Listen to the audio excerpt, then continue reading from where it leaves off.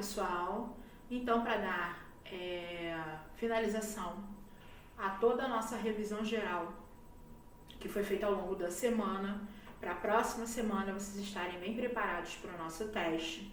Hoje nós vamos finalizar com a revisão de geografia, a revisão do capítulo 10, em que vocês vão relembrar os pontos mais importantes citados neste capítulo, tá?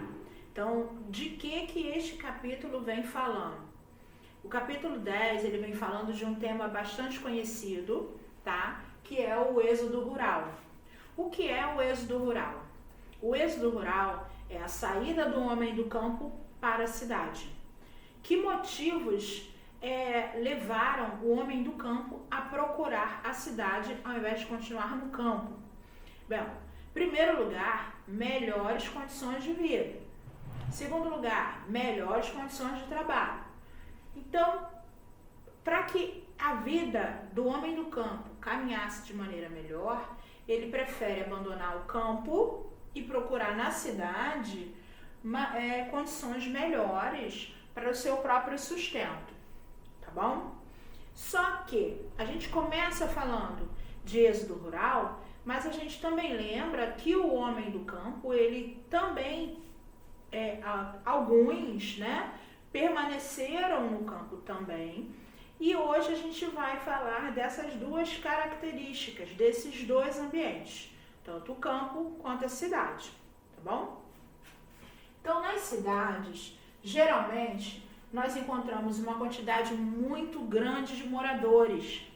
Então, subentende-se que as construções são muito próximas umas das outras, para que dê, né, um maior espaço para que se torne extremamente habitável. Ou seja, muitas pessoas que vieram para a cidade. Então, cada vez mais o ambiente urbano vai crescendo a nível de construções, né, de moradias. É muito comum a gente passar por certas ruas e falar: nossa, esse prédio está sendo construído. Caramba, esse prédio foi construído, eu nem percebi. Por quê? Porque a gente percebe que a população cresce, então, logicamente, que o ambiente também tem que crescer junto. Então, as construções são muitas e bem próximas umas das outras. Na cidade, onde acontece os dois tipos de serviços de setores da economia, o setor secundário e o setor terciário. Agora, no campo, o homem do campo, né? As pessoas do campo, elas, primeiro, no campo se encontram bem menos moradores do que na cidade. E por ser menos moradores, obviamente que a gente vai ter menos construções. E uma característica também muito importante é que no campo as moradias não são próximas umas das outras como acontece na cidade, tá?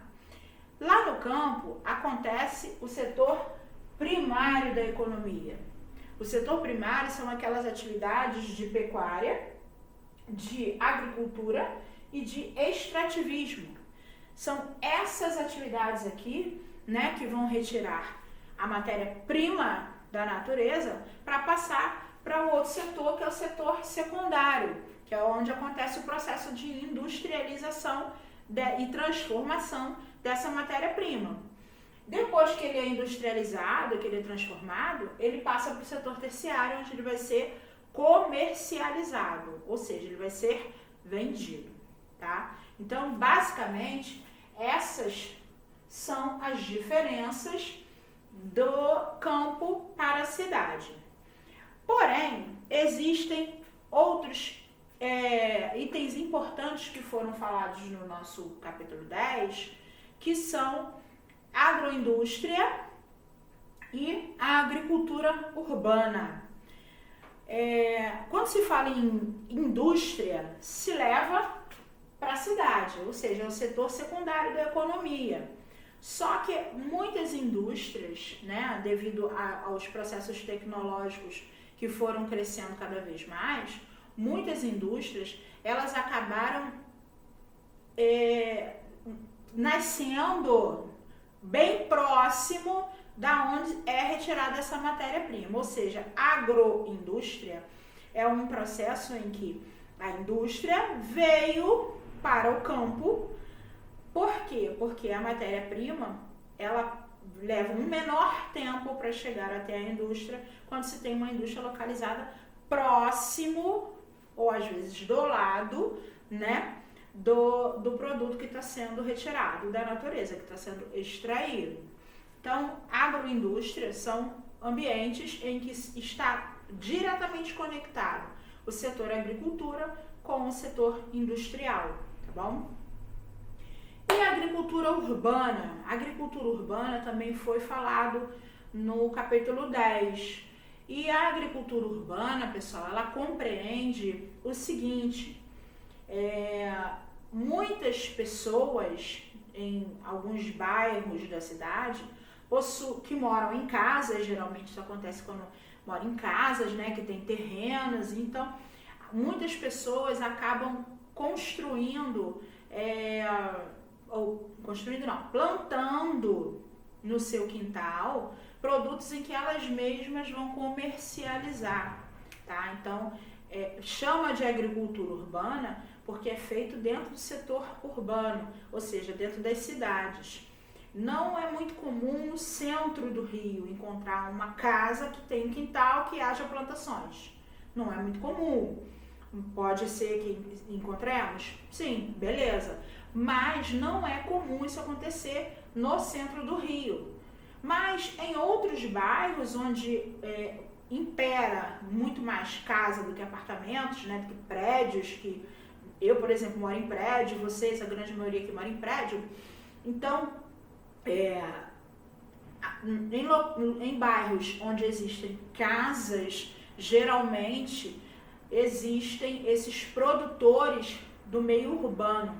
A pessoa tem um quintal enorme e ali ela planta, né? Ela cria, tem gente que cria até bicho ali e acaba sendo comercializado também.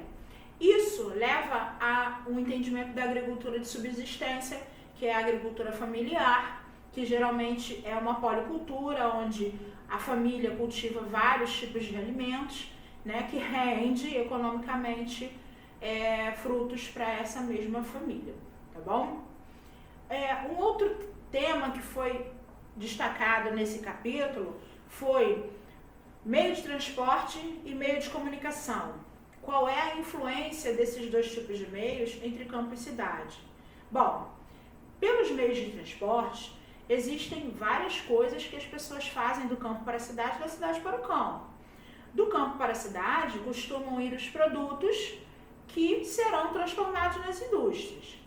Do campo para a cidade, costumam ir as pessoas que vão a lugares que só existem na cidade, como, por exemplo, hospitais, banco, né? Às vezes escola, tem determinados lugares rurais que não tem escola, então a pessoa tem que ir para a cidade estudar. Então, no meio de transporte mais utilizado é o carro, a bicicleta, né? São ônibus até que passam em estrada. Esses são os meios de transporte mais utilizados do campo para a cidade e da cidade para o campo também. O Brasil possui uma extensão de malha ferroviária imensa, só que não há investimento, né? Teríamos até muito mais facilidade de conhecer o nosso país se houvesse investimento nesse setor, mas infelizmente não acontece. Porém, existem lugares que o trem consegue levar as pessoas do campo para a cidade, da cidade para o campo, tá? E o outro meio que nós falamos, que foi o meio de comunicação, é exatamente o meio utilizado para que as pessoas interajam entre si, campo e cidade, cidade e campo.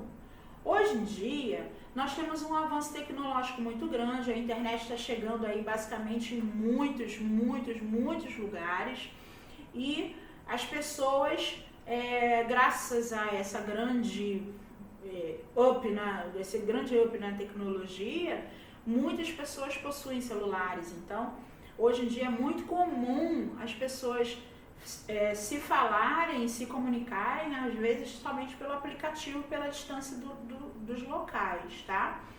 E os meios de comunicação, eles têm basicamente duas funções. Primeiro, informar, né? E segundo, comunicar as pessoas, fazer a interligação das pessoas, tá?